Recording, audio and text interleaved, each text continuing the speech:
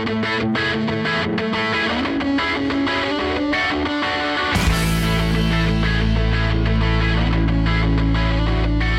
is up, the sun is out, the sky is burning, there is no cloud. The night was hot, I had no sleep, it was too hot to even think of it. We should get something out of it. It seems like weeks, no drop of rain. I take a shower and shower again. A double trouble in my head, to get naked, to get wet. We should get something out of it. Oh, life would be cool in your blue swimming pool. Oh, life would be cool in your blue swimming pool. You will be loving me, and I'll be loving you in your swimming pool. Good morning, friends. You're listening to Turf's Up Radio, and this is The Deep End with Frank and his sidekick and life and on the air, Jackie. We hope you had a great week this week. Hope you stayed warm. I know everybody's getting pounded with some winter weather. Yes. Hope the playoffs went well for your team. Not going to talk about that.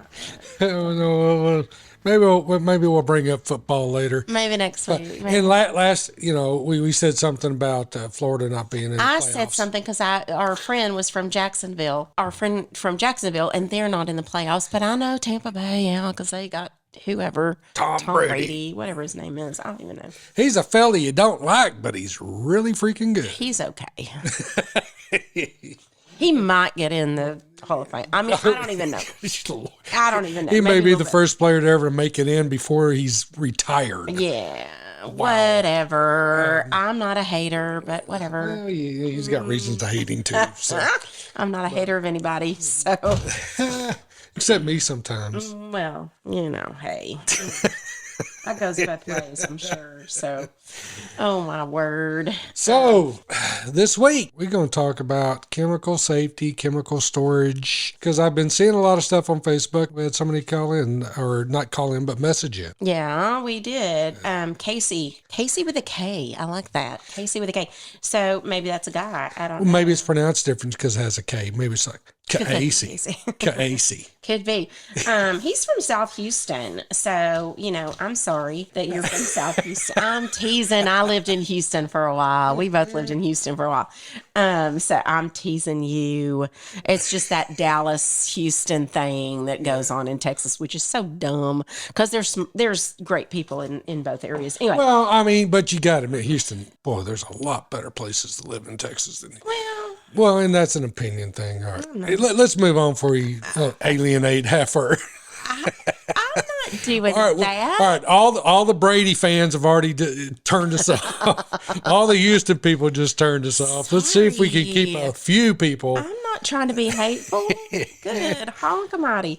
Okay, so Casey from South Houston messaged us and said that he was concerned about storing pool chemicals in his garage. Well, ding, ding, ding, ding, ding. Maybe you should be. And he says, what would you recommend? But he did not say pull Jesus.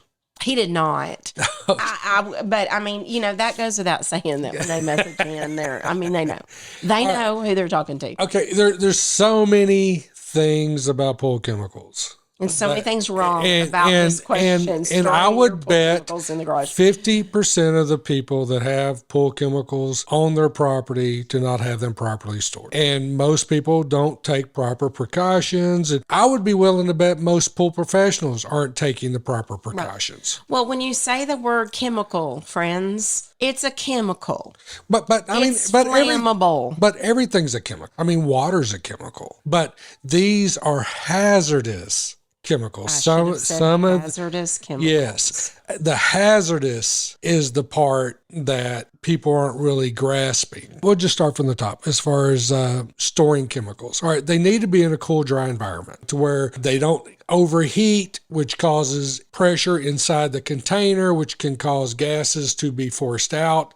Well, that's great if you live up north, but what do you do in Texas? Well, in Texas, I mean, what I recommend. Do you not buy them in bulk? No, you can buy them in bulk, but the thing is, just don't put them in the sunlight. What I recommend to everybody, you store the chemicals in like an outdoor chest. They have all these outdoor chests. You can get them at Home Depot. You can get them wherever. These outdoor chests are fairly well ventilated. They have drain holes in the bottom, so if, liquids can go through or whatever. But gases don't build up in them. Air can exchange in and out, but the sun's not directly on the containers. And then if you can even put those in a shaded area, like on the shaded side of the house, they never have direct sun on that chest either. I got so many stories, and this episode's probably going to be a bunch of stories. And these are ones that are personal stories. Okay. And then there's so many. So are you saying to answer that question, you shouldn't keep them in your garage? No, you should not keep them in your garage. And answer that question first. And you should not keep them in the garage, and you should not keep them in a shed. Because why? Because they do gas off. These containers are not airtight. And they're all... they don't make them to be so. And the ones that are airtight, they can be penetrated and they can leak. You don't want to keep them in an environment where you're storing other things you care about, like your car. Okay. Or like... So these chemicals can affect your car? Absolutely. Great story. Many years ago. Pulled up to, and I think I've told this story before on here. I would be shocked if you are repeating any stories. Yes. Don't do that. I only got so many stories. I come pulling up to a customer's house. I've come to work on his pool, and he has a detached garage. Pull up to the front of his garage, and his garage door's open. He's out there tinkering in his garage, and he has a car underneath the tarp. And I could tell this car was a Corvette, but with the tarp on it, I couldn't tell which Corvette. So I asked him, I said, hey, what year is it? He goes, a 63. And I'm like, oh my gosh, my favorite vet ever, the split window, awesome car. And he goes, yeah, I've just spent all this money, just had, the chrome redone. I just had the interior redone. I had this, blah, blah, blah. And as he's talking, he's pulling the cover off to show me his Corvette and make me be jealous of him for life. Sure. So as he's pulling it off, I'm immediately noticing that all the chrome that he's had redone has rust spots on it. And he's pulling it off and he's talking to me. And then he starts noticing all the rust spots, on the chrome. Sure. And I look over next to the car, there sits a bucket of tabs, of chlorine tabs, and a bucket of shock. Yikes. He starts tearing up and tears. Because he just spent a lot of money redoing. Man cry. Yes, you destroy his prize possession. And I tell him, I said, do not store these chemicals in your garage. And he's like, yeah, it's a little too late. It didn't destroy the car, but it just ruined what he had. Yeah, it ruined what he loved enough to make him cry. That's just one example. Mm-hmm. I had another customer. It's erosive. It's very corrosive. It's flammable. If you would have spilled that shock and they had a little motor on the floor, that could have flamed up. It could have burned his garage down, and then he would have totally lost his car. Right. And his house. I had another customer who in their garage, this was an attached garage, he had a little closet in the garage where his electrical panel was. Well, he thought that was going to be a good place to store his pool chemicals, out of the way and all that. With the electrical system. With the electrical system. Okay. He ended up having to cut out about, a 6x6 area of his garage ceiling. Mm-hmm. He had to replace his entire electrical panel. They had to cut all the wiring and make junction boxes in the attic.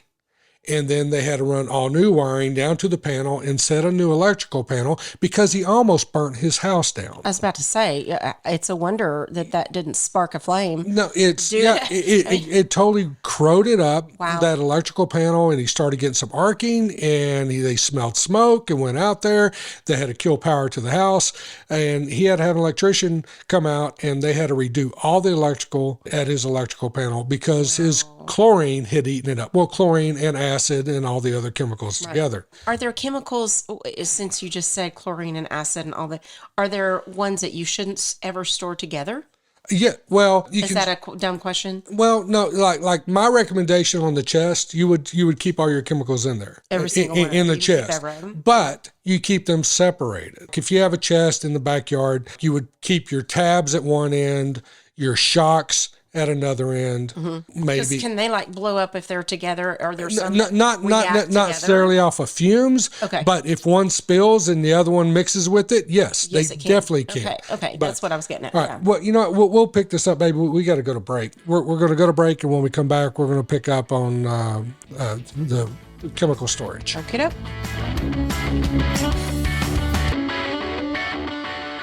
Welcome back to Turf's Up Radio. You're listening to The Deep End with Frank and Jacque. And we're talking about chemicals, hazardous chemicals, not just chemicals. I've been schooled on that.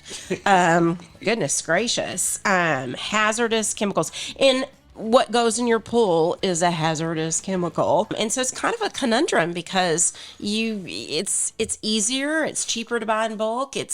You want to have that stuff on hand. If you're a do-it-yourselfer, or even if you have someone do your pool, sometimes you have to add some stuff, so you want to have stuff on hand. And storing those bad boys can be hazardous to Your property, yourself. Your house. So we're talking about that just because it's come up a lot, and because we had a chemical plant burn down. Yeah, another Who knows chemical. why? Who knows why? Were they stored them too close together? I don't even know. But I mean, so this stuff you got to take seriously, friends. It's not just about having this beautiful pool and this investment, but everything that goes into it is a hazardous chemical and hazardous material, and it's for the good of your pool, but not necessarily for the good of everything, the surrounding, or, having it on your back porch, or having it accessible to, So we're talking about that today. And Frank has a lot of fun stories after 25 years. I mean, I can only imagine. Yeah, and we were talking about customers that have stored stuff in their garage and the damage that it's done. Don't do it. Yeah, No garage don't storage. do it. I had a customer one time, and I'm sure I've told this story, where I went out, I was basically doing pool school. I think she was a widow. I can't remember the exact situations, but she was a recent widow starting to take over her own pool. But I go out to do her little pool school and check the condition of the pool at that time. And I asked her, I said, well, do you have any pool chemicals? Because it needed some stuff right then. And she said, yes, I have some in the shed. Well, I go over, I open the shed, and the smell dang near knocked me over. So shed is a no-no. A shed is a no-no. The moral of this story is going to be the shed is a no-no. Yes, she had all her pool chemicals in there, and I told her, I said, you really shouldn't keep these in here because chemicals are gassing off, and it's going to corrode everything in Gassing off. And she had a lawnmower in there, a riding lawnmower. It looked like maybe it was Lincoln. President Abraham Lincoln's first riding lawnmower. This thing looked ancient. She goes, yeah. She goes, tell me about it. That riding lawnmower is only 2 years old. And it was being held together by rust. The problem was that she was storing those chemicals in there. They were gassing off, and it was just corroding everything. And they're not airtight. The buckets. No, they are not. Are not airtight. They will, if pressure builds up inside them, they will gas off. So if there's anything in there with them and there's moisture that gets in there, they're going to gas off, and it's going to corrode anything that's in there. And not only that, but if you do have a spill or something like that, and it mixes with something else, like you got the riding lawnmower out there, well, that's got gasoline and oil. And those things aren't cheap. No, I mean, I'm sure she paid a few $1,000s for it. Yeah, it's not a 63 Corvette, but it's a riding lawnmower. Yeah, all her hand tools and everything else that she had out there. I mean, I bet you couldn't get 2 shovelfuls of dirt out with the shovel that she had out there before it snapped because it was just corroded to pieces. So the moral of the story is, don't store stuff you care about with your pool chemicals. Right. All right. They are their own beast. So if you do follow my recommendation and you get a chest and you put it over on the side of the house where it doesn't get a lot of sunlight, and you're keeping your pool chemicals in there, don't store your pool toys in there. Don't store your pool tools in there, because they do not like friends. They don't want anything with them. The only thing you want in this chest is the pool chemicals. Okay. Because when you grab a pool toy, you shove it in there and it has water on it, well, that's going to put a lot of extra moisture in there, which is going to cause problems. What kind of chest are you talking about? A plastic? Is plastic. Plastic. So yeah. they're really... like Rubbermaid makes them. Okay. There's a lot of different manufacturers nowadays. But it needs to be airtight? No. It needs to vent. Oh, it needs to be ventilated. Yeah. Okay. It needs to something that is not airtight that will allow it to gas off. Huge point. Keep most of the moisture out, but if the moisture does get in there, it can easily escape. As temperatures rise inside this box, the moisture can go out.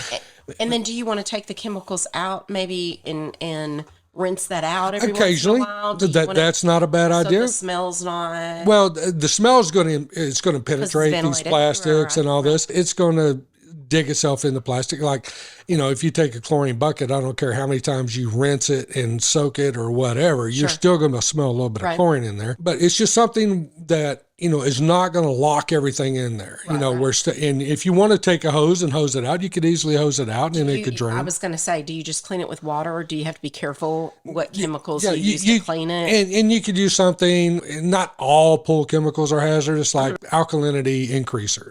It's basically sodium bicarbonate. All right, that's a good neutralizer. Okay. So that's you can wash anything with that. You can eat sodium bicarbonate. I don't think I'd want to. It'll make you, it'll clean your system. Speaking about gas out. Yeah, it'll definitely clean your system out. There you go. But it's a great neutralizer. Mm-hmm. Like if you have an acid spill, like say you spilled some acid, if you have some alkalinity increaser or sodium bicarbonate on hand, you can throw it on there and it'll neutralize it really quick, and you can hose it. So that's okay. So because I was going to ask you, is there anything you could put in there with those chemicals? Yes. To help kind of neutralize what happens between chemicals. Well, say you have this chest that's 6 foot long. Mm-hmm. All right. I was saying you'd put your tabs at one end, put your cow hypo or shocks at the other end, maybe put your acid in the middle. And if you have a DE filter, so you keep DE on hand, you could keep it between the tabs and the acid because DE is very neutral. It's an inhalation hazard, which we'll discuss in a little bit. And then maybe keep your sodium bicarbonate or your alkalinity increaser between the acid and the shock. So you have neutralizers or neutral chemicals in between. Yeah. So it's not chemical touching chemical touching chemical. Right. And then another important point is you don't stack chemicals. You don't put one container of one chemical on top of a container of another chemical, because if there is a spill or a leak, especially liquids on top, something was to happen. Who knows? A rat got in there and chewed on a container and it started leaking. If one chemical that's perfectly safe by itself, but not friendly with other chemicals, leaks onto a chemical that's fine by itself, but not friendly with other chemicals, and those two mix, flame. There should be a cheat sheet of what chemicals are friendly. Well, with it's chemicals. If it's a corrosive, and I don't, we don't have time, and we can't possibly cover all the different chemicals that are out there. Just assume no chemicals ever need to mix. Just they assume don't like that. one another, no. So just don't. As a rule of thumb. As a rule of thumb, you never mix chemicals, and that's going to bring me to a point. Okay. You don't use like a scoop for one chemical or a container like a measuring cup for one chemical, and then pour another chemical that you got to add into there. Different scoops for different chemicals? Or rinse them very thoroughly before you put another chemical in there. Okay. And why is that? Example. You have a story. I have a story. I always got a story. A guy I knew that was getting into the pool industry, and he used to call me all the time and ask me about a lot of questions. For several years, he would call me and discuss with me different issues he was having. And one of the first things I ever told him was, don't ever mix chemicals. But the scoop, don't share one chemical or one scoop with one chemical to the other without thoroughly mixing it. Did you learn that along the way? Or that was part of. Was that part of your training? When I first got in, I became CPO, which is certified pool operator. Then I became a CPO instructor. I just didn't know if you burned half your body off one time and went. I've got stories with that too. I asked that because, again, get trained, friends. If you are wanting to get in the pool business, if you have people that run your routes, if you're a do-it-yourselfer, go to these classes. Yes. Because they teach you about this safety, because, y'all, this is not easy stuff. It's dangerous stuff. Yeah, well, what he did, he used the algaecide, put it in, used the shock, put it in, went back through the scoop in the shock. He goes back to the truck or back to the pool, brushes the pool, to move water around because he just put all these ingredients back, goes back in this bucket of shock is now like a giant Roman candle. Oh my. In the back of his truck. So he drags it out onto the customer's driveway, and the bucket, this is like a, 50-pound bucket of tab bucket or a 50-pound bucket of shock, and just sits there and watches it burn and melt down onto this Poor customer's client's driveway. And client comes out and is watching it burn with him, and they're just like, well, should we hose it down? What should we do? But a very embarrassing situation. Sure. But imagine if that happened in his garage. He would have lost his house. Because seriously, these are flames shooting up. I wonder he didn't lose his truck. Yeah, and he was able to get it out of the back of the truck, and so he didn't lose his truck. I've had a truck catch on fire, by the way. That was just because he had a little residual of one chemical in the scoop, and he threw the scoop back into the other bucket of chemicals. So this is serious stuff. Yes, it's not just hey, try not to do that. Don't do it. I had an employee use a scoop for one thing, got a scoop of something else, and is walking with it, and it flamed up in his hand. Oh. So he just dropped it and grabbed the hose and, rinsed it down, but he made a mess. These chemicals, you don't mix them in any way, shape, or form. I've had trucks, and these chemicals, again, are very corrosive and all that. Well, we've had trucks that we've had, we keep chemicals, we constantly swapping out because we go through our chemicals fairly fast. But the guys would spill a little bit here, spill a little bit there. I walked by one of my trucks one time, and got a whiff of gas. I was like, oh, I want your nose knows. Yeah. Listen, folks, he's got like a bionic sniffer. Yes. I think it's more keyed towards rat poo, but no, I can pick up. I mean, I got a really good nose, but I was like, wow, I smell gas. So I'm looking underneath the truck trying to find a gas leak on this. It's just one of our, it was a Toyota Tacoma, and we had a liner in this Tacoma. But, the guys at the time, we've since taken precautions, and there's a lot of stuff we do. They would spill a little bit of this, spill a little bit of that, and it would just sit and not clean it out. Yeah, and just sit in the bed of the truck. What had happened, it had eaten through the bed of the truck, had a little hole up towards the cab. Yikes. Well, the gas tank happened to sit right underneath that. Oh, my gosh. It had eaten a hole into the top of the gas tank. And thank God we realized it then, because if a little bit of shock, calcium hypochlorite had fallen through that hole into that gas tank, yikes, I might have been burying an employee. Yeah. So, I was very fortunate in that situation, but since, but it's one of those things, once bitten, twice shy, we got to where we were better at making sure that we do not allow spilled chemicals to remain. To be overly safe and cautious with these hazardous chemicals. I'm going to say hazardous chemicals like 100 times. Yes. They're hazardous. And of course, they're not all hazardous, but too many of them are. But one that's not combined with one that, can be. They don't love absolutely. one another. No, chemicals do not mix well. You never know how it's going to react. Of course, we've played games where we've watch, I can pour a Coca-Cola into calcium hypochlorite and it'll start a fire. It's kind of cool in the middle of a parking lot. It's not funny when it's in your garage or in your backyard or in your shed, where you just in the back of your where truck. You got your weed eater, your mower, and all your other stuff. So as far as storage, keep them separated. If that little chest catches on fire, okay, you lost a chest, and you may have lost some chemicals, but you didn't lose your family. I wonder, can you get a flame resistant one? I wonder if you could get one that's ventilated but is kind of flame resistant. Well, at that point, it doesn't matter really if the chest catches on fire. It's because the chemicals are burning and flames are going to come out. Sure. And you don't want it completely sealed. And some of these chemicals, when they burn, they create their own oxygen. Right. And it ain't like you can seal it off and smother it. The best thing with most pool chemicals is, surround and drown. If you're in the business, you should always have MSDS sheets on hand for the chemicals that you have on hand, whether it's if you're at your warehouse, at your retail store, or even on your truck. Well, surround and drown and MSD, what are those? MSDS sheet is the chemical sheet, like the fire department shows up. It's like, okay, this is on fire.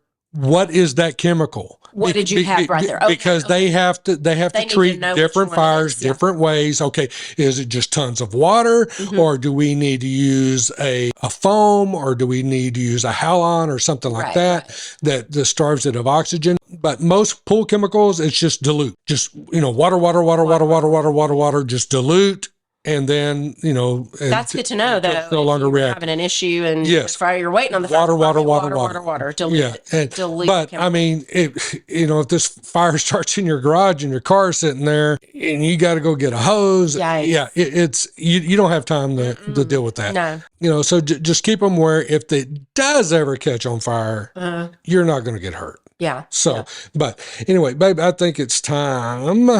Got to take a break, friends. Come And back to learn more about hazardous chemical safety. We'll be back in a second. Hey friends, we're back on Turf's Up Radio. You're listening to The Deep End. We want to remind you, our next show, we're going to highlight some of our great friends who have other podcasts on Turf's Up Radio. We've got just some fabulous, fabulous people that we've made friends with. And so we want to highlight them next time so that you can know when their podcasts are. We've got people that have podcasts all times of the morning, during the day, in the evening, on the weekend. Different days of the week. Absolutely. You can always listen live at turfsupradio.com, but you can also catch the podcast. You can download it to listen later if you're going to be out of town or if you're, whatever your situation is. And a lot of it's landscaping and stuff like that, Absolutely. which is, which marries well with what we do. Absolutely. Everything is backyard oriented or home oriented or lighting and do it yourself and that kind of stuff. So we want to highlight some of them next week. So, because we love them so much and we've gotten so close to some of them and they're just fabulous people that want to offer some fabulous advice. Right. So we are talking about chemicals and not safety. Chemistry. And safety. And safety. We're talking about chemicals and how to be safe, keep them safe, store them safe, but also how to keep yourself and your things safe in the environment that you have. Things are important. They're not as important as people, but your stuff is your stuff. That's fine. It's like you said, you could have lost an employee, and I'm thinking an employee and a Toyota Tacoma, but that's just stuff. Lives are important. Kids are important that swim around your pool. Neighbors are important. Families important that are in your backyard. So you want to make sure that you do everything correctly and just know the safety rules. And as far as using some of the chemicals, there's some things that you may not realize are hazardous. Like if you have a diatomaceous earth filter, DE, and you backwash your filter and you add DE, you need to understand DE is hazardous. It's not going to react with other chemicals. It will never react. The problem with DE is it's an inhalation hazard. So when you're using DE and you're dosing DE, into your skimmer to recharge your filter, getting in my lungs. If you breathe that in, your body cannot break that down. So if you inhale it into your lungs, should you wear a mask? You should wear a mask. Okay. Like one of these Corona masks. It's going to work a lot better for DE than it does Corona. Yeah. I mean, you got these masks that are readily available. You need to prevent inhaling this DE, because this diatomaceous earth, it will get in your lungs and burn your lungs. Well, no, it doesn't burn. What happens is the body will scar over it, and it's kind of like asbestos, because asbestos doesn't poison you. Asbestos gets in your lungs, and then your lungs scar over it, and it becomes this chain reaction, and you end up losing part of your the function of your lungs. So yes, with heavy dosages and prolonged exposure and stuff like that, it can become extremely problematic and become a health risk. So when you're using DE, yes, you should use a mask. Yeah. Do not breathe that DE. My recommendation, as with all chemicals also, DE is really not a chemical, it's more of a material. You put it in a bucket of water, make a slurry, and then pour it into your skimmer. Most people, they just scoop, dump in the skimmer, dump in the skimmer. My preferred method is you have these 25-pound or 50-pound buckets that you use for tabs or shock or whatever. Always add stuff to water. Don't add water to stuff that includes chemicals. You always, like acid. Say that one more time. That's a great.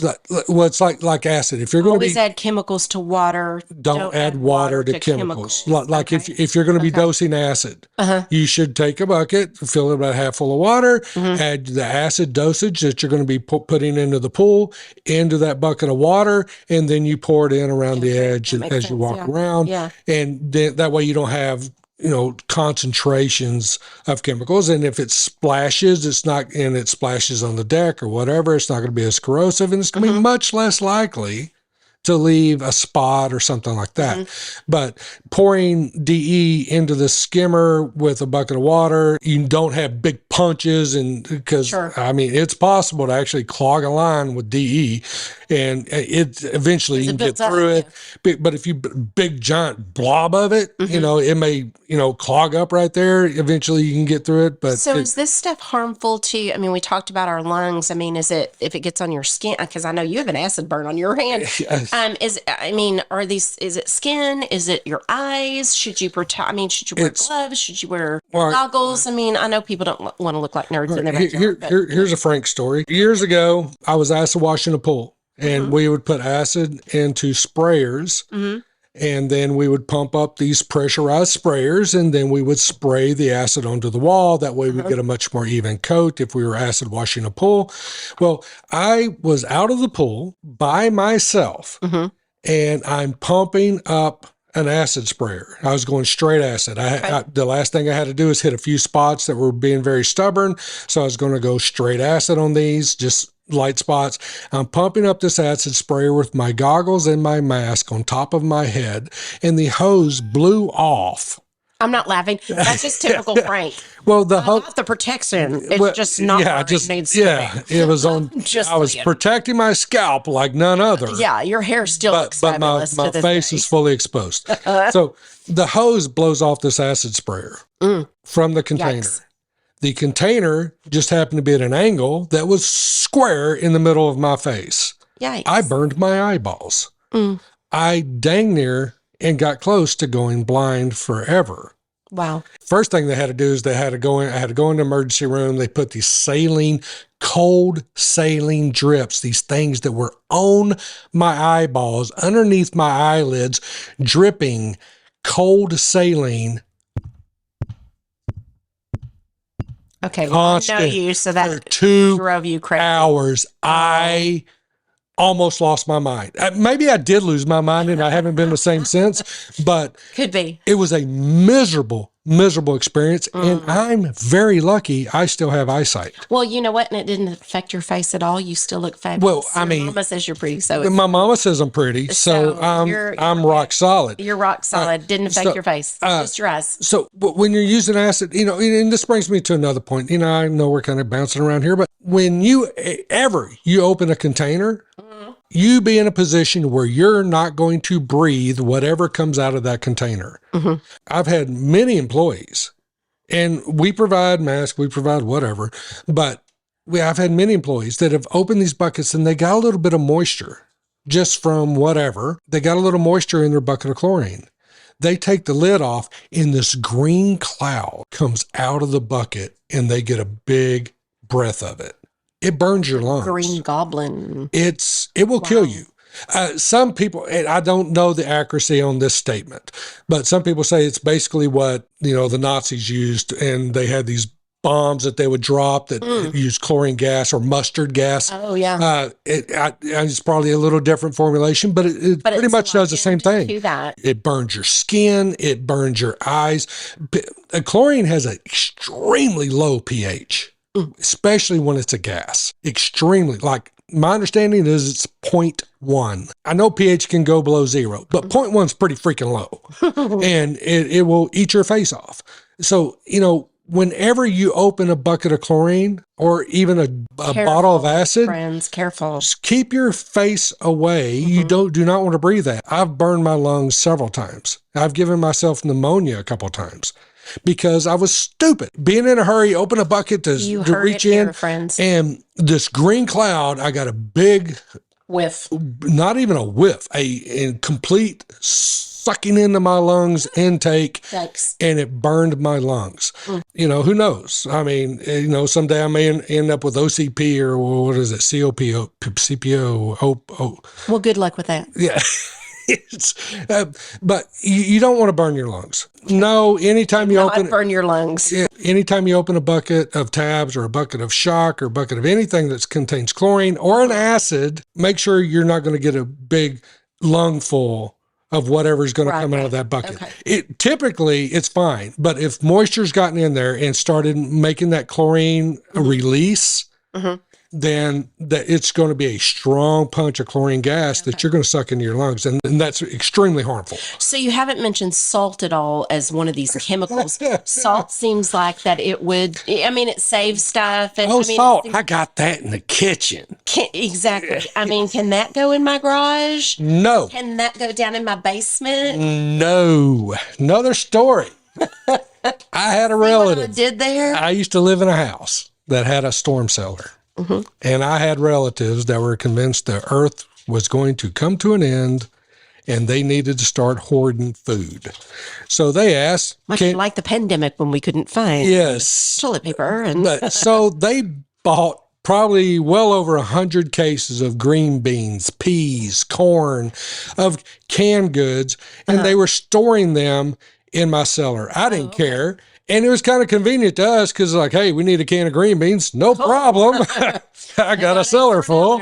So, one of the relatives decided it's going to be a great idea. You know what? We're going to need flavor. I'm going to season those green beans. I'm going to put 50 pounds of salt and some pepper down there in that cellar. Because when we got to eat all this food, because the whole earth is starving and we're going to be sitting on an island of food, I'm going to have food. Have some salt and pepper. We got to have salt and pepper. Can't live without salt and pepper. Okay. So they put 50 pounds of salt down there in what appeared to be sealed containers. Right. All right. So one day it's like, hey, we need a can of peas. Not a problem. I'll run down to the cellar and grab a can of peas. I open up the cellar door, and this is a storm cellar. We live in Texas, and we don't do basements, but we do storm cellars and stuff like that. Some houses do, because tornadoes love to eat Texas. So I open up the door. I take 3 steps down, and there's about 1.5 feet deep of stew in the bottom of the cellar. Of green bean, pea, corn. It was that salt had gone airborne. When salt sits in a stagnant environment, it goes airborne, and it eats. It was strong enough to eat through those cans. It ate every stinking can, and all of all of it just poured out into the floor of this cellar. So I called the relatives and I said, "Y'all got a mess. We got."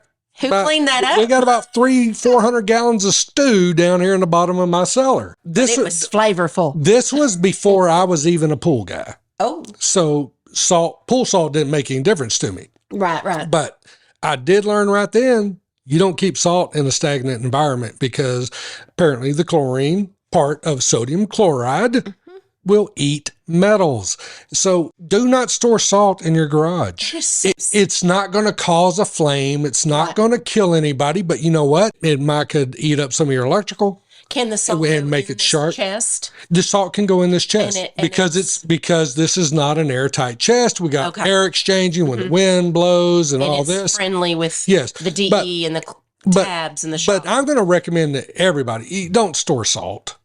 For your pool. Get it when you need it. You don't need, hey, I can save this whole pallet. Yeah, I can save $1 on salt. I typically go through 15 bags a summer or whatever your situation is. So I'm going to buy all 15 bags now and save $15. People, just buy it as you need it. It may be one extra bag or whatever, but you don't need a lot of salt on hand. I was going to say, I mean, how storing chemicals seems so dangerous, so you don't need to. Let's stock up for the whole summer, even if people are having. And that might hurt us in because we have all these sales. As far as tabs, shock, stuff like that, and that's okay because I know you're going to go through it this summer. But stuff like salt's going to be available. Now they are talking there may be some shortages on salt, but you're going to be able to get it if you have a salt chlorine generating system and you have to have salt to your pool. You're going to be able to get salt. Okay. All right. Salt is everywhere. I mean, go down to the coast, people. There's a lot of it right there in that water. So they can always generate salt. It's not something that they have to necessarily make. Right. So. Right. So as far as salt, don't buy it up in mass quantities. Okay. Because it does. That's not something you have to have on hand. No. You can test your water and but if say you want to pick up 2 or 3 bags because you don't say your pool you got to add a bag a month. Okay, you want to pick up 2 or 3 bags, fine, but don't pick up. 8, 10, 12 pallet, bags. yeah. No, the only time you do that is if like it's a freshly filled pool and you got to add salt for the first time. And so, but Because it's readily available. it's readily available. You don't have to worry about and it. get the acid and salt from it Right. all the time. Take a break and then we'll come back and finish up Yes. on chemicals and how to store Yes. them. Chemical storage and usage. Yep. Welcome back, friends. You're listening to Turf's Up Radio and the Deep End with Frank and Jacque. And we're going to finish up on chemicals and storage and all of that. But we want to remind you to like our Facebook page, The Deep End with Frank. Like it. Comment. We're so happy that people are messaging in because it gives us... Yeah, like Casey, we're addressing his issue today. Yeah. He messaged in. We had other messages. Yeah, And we're going to get to your message. We promise. And a lot of times we get 3 or 4 on the same subject. So, okay, let's address this. Give us some love and tell us, Yeah. Tell me how awesome I am. Tell us how much you like our Texas accents. Come on now. Get on our Facebook page and like it. Closing up on chemical storage and safety. Do you have a story? Do you have something we haven't touched on? I'm looking at my... There's a few things. One is like if you do have a spill, like you spill chemicals. Oh, All right. First of all, if it's like you spill acid, if you have something neutralizing close at hand, like what would that be? the sodium bicarbonate or the alkalinity increaser, you could throw it on it real quick to stop the etching or whatever it's doing wherever you spilled it. Okay. But the best thing to do is dilute it with water. Get that hose if you So can. if it's a liquid, dilute. Okay. Okay. And if you have a spill that you can clean up, the best way to get rid of that chemical is into the pool. I just spilled a bunch of cow hypo. Say, oh crap, I tripped, dropped a scoop of cow hypo onto my deck. Okay, I'm going to sweep that up. I'm not going to vacuum that up. I'm going to sweep it up and just throw it into the pool. And if I need to adjust accordingly or whatever, but the best way to dispose... Why not vacuum? Vacuum. If you vacuum a chemical into a vacuum cleaner... Your Dyson is toast, man. Possibly. What else has been vacuumed into there that you don't know? There might be spiders or critters in there, though. That'd be great. Yeah, but there may be something else in there that's going to react with that cow hypo, and all of a sudden your vacuum cleaner is this little ball of flame. No, you got to sweep that stuff up. You sweep it up, get it gone. And don't throw it in your trash. No, I was about to say. Then how do you dispose of it? What if you threw some rags or you dumped out a can of cooking oil? And it's sitting in a little container and you throw it in your trash can. Absolutely. And then you throw one of these other chemicals that gets in there and it reacts with that cooking oil. And because I do got a story for this, and I think I've told it before, but you do gotta? I have a dadgummit, I got to get off the gotta and get to the have a. My guys, we have a process like when you empty a container, by the way, you rinse it. You rinse it with pool water.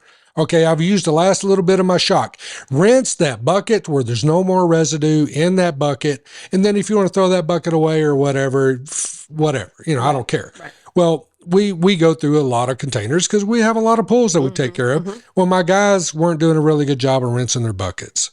And one day, the trash company comes to my door and says, Mr. Disher, we have an issue. We've had 2 trash trucks catch on fire that we've had to dump in the street and then pay somebody to come clean that up because the trash truck was on fire. And that's what they do. Trash truck catches on fire. Why would you come to me? Well, they traced it to the chemical residues that were in our buckets. And they're picking up other people's trash and it's mixing with our chemical and voila, flame. Yeah. And they told me if it happens again, we're going to bring you a bill of whatever it costs to clean that up. And if it burns the trash truck up, you get to buy us a new trash truck. Those are expensive, I bet. He quoted me a price of, I believe it was well over $300,000, $400,000 to buy them a new trash truck. So, all right. Training time. Guys, you got to start rinsing your stuff. Yep. So keep that in mind. You can't just throw these. I mean, you don't want just throw this stuff away. No, because these chemicals, if they can mix with other things, they can spontaneously start a fire. It doesn't need a match. Right. They can just mix. One thing mixes with another. Whoo, you got flame. Throwing paint away and Yes. you've got to go. And If you got an old container, Yeah. like say you buy a house and he's got old containers of God knows how long it's been sitting there and it's probably no good. Most cities have a place you can take hazardous chemicals and they'll dispose of them properly. Right. But the best way to dispose of chemicals is into the pool because it's diluted and it's not going to react with anything, but then you have to adjust accordingly because you may have changed your chemistry. Right. But all right, so you don't vacuum because that stuff's going to mix within, the vacuum cleaner. You don't know what it's going to mix with, and you can catch your vacuum cleaner on fire. You don't sweep up and throw in your trash. Right. So you basically sweep up and you put it into the bowl. Say an acid container leaks into your chest where you're keeping your chemicals. You listen to Frank, you got a chest, you open it up one day, for whatever reason, an acid bottle started leaking. And now you got a lot of acid in the bottom of your chest. Pull all the chemicals out, rinse them off real good, rinse the bottom out, wash the area down really good. Dilution with water is the best way if you can't clean it up. Dilution with water is the best way to handle it. And if you do sweep it up, the best way to dispose of it is into the pool. I mean, I guess, I don't even want to suggest you pour it down a drain or something like that in your house. And you really should wear rubber gloves when you're messing with acid. Some people have much worse reactions to certain chemicals than other people. I hired a guy one time. I was so glad to get him. Great guy. I was like, oh my gosh, I love this guy. He's going to be a great employee. This guy's going to go really far with us. He's going to be big time for us. He worked with us about 3 weeks. And then one day he comes in, he's like, look, I don't know what's going on, but the skin is coming off my hands. And his hands looked like he had put them in a meat grinder. He was allergic to, or he had a reaction. His body had a reaction to that chemical. And we gave him gloves and everything. He was still having reactions, in different parts of his body. So he couldn't work for us. And it just broke my heart because he's a great employee. Yeah. So, it's never good to just put a foreign chemical on you that's not made to go on you. So, wearing rubber gloves, and you can get rubber gloves that come all the way up to your shoulder. I mean, if you're that concerned, but at least wear like dishwashing gloves or something that's going to come, at least up your forearm to protect you, just in case there is a spill and there is an issue. Let's go back because I don't think I really covered this well. If you're in the business, if you're in the industry, you need to have those MSDS sheets on your trucks. Because if your truck gets in a wreck and the cops show up and the truck's on fire, or not, but the fire department shows up, they need to know what are those chemicals. Because what they'll do is they'll just stand back and let it burn if they don't know how to treat it. Right. Because they don't want to make the situation worse. I mean, what if there's a chemical on there that if they add water to it, blow up more of the, or if they add water to it, it becomes a very hazardous gas. Right. So they're just going to stand back and let it burn until they find out exactly. Train your guys. Number one. Number two, if you have your own do it yourself, or if you run your own route or whatever, I mean, know what those chemicals are and have the sheets on hand. Those sheets. Where do you get the sheets? The sheets you can get from the manufacturers. Any chemical you buy, you can go online and you can download MSDS sheets. That's Material Safety Data Sheets. MSDS. MSDS. Google that, friends. So if you just got, 20 pounds or whatever, it's not that big of a deal. It's going to be burned up before the fire department gets there anyway. But if you're in the industry, and you keep quantities on hand, you got 600 pounds of this, 500 pounds of that, and your building catches on fire until they know what they're dealing with, they're not going to take a risk of making the situation worse. Right. So they're just going to let her burn. Yeah. But if they know, MSDS sheets, okay, all right, surround and drown, just flood it. And maybe to save your building, maybe, to save vehicles in the parking lot or whatever. So if you're in the industry, you need to have MSDS sheets for every chemical you carry. If you're an individual, just know what the hazards are for that chemical. Train yourself. And there are so many, there are books, there's online training, there's train yourself because you're working with hazardous chemicals. You're working with some that might not be, but that they might have a reaction to this or that. So, there's some chemicals, there's only one thing if they mix with that becomes a problem. Right. But you need to know what that is. Because, I did that one thing today. And I don't expect a residential pool owner to know everything about their chemicals. But what I do expect you to do is be responsible. Sure. Don't stack chemical on top of chemical. Don't let chemicals mix. Don't, protect your family, protect your property. Don't do something that's going to put you at risk. Right. So just keep things neat, keep things clean, keep them out of your living space, keep them out of your garage, keep them out of your shed, if you got anything in that shed that you care about, and just have a nice, a good chest. Could you have just a chemical shed? You could. But you probably want it to be plastic. Yeah, I was about to say. You probably want it to be plastic because if it's metal, these chemicals are just going to eat it up. Yeah, but yeah. We gotta run. We gotta go. We gotta are rock at and that roll. time. That went quick. I think we got everything pretty much covered. Yeah. Just y'all be safe out there in the weather. Be safe with your chemicals. Ask questions if you don't understand, because it's not just building a pool in your backyard. It's maintaining it and taking care of it and being safe. Yeah, and you're bringing stuff, on your property. Yeah. That can hurt you if you're not careful. Just be careful. That's all we ask. Be safe out there, friends. We'll see you next time on Turf's Up Radio and the Deep End. Y'all have a great week. Y'all take care. One life would be cool in your blue swimming pool. You will be kissing me, and I'll be kissing you. In your swimming, your swimming, your swimming pool.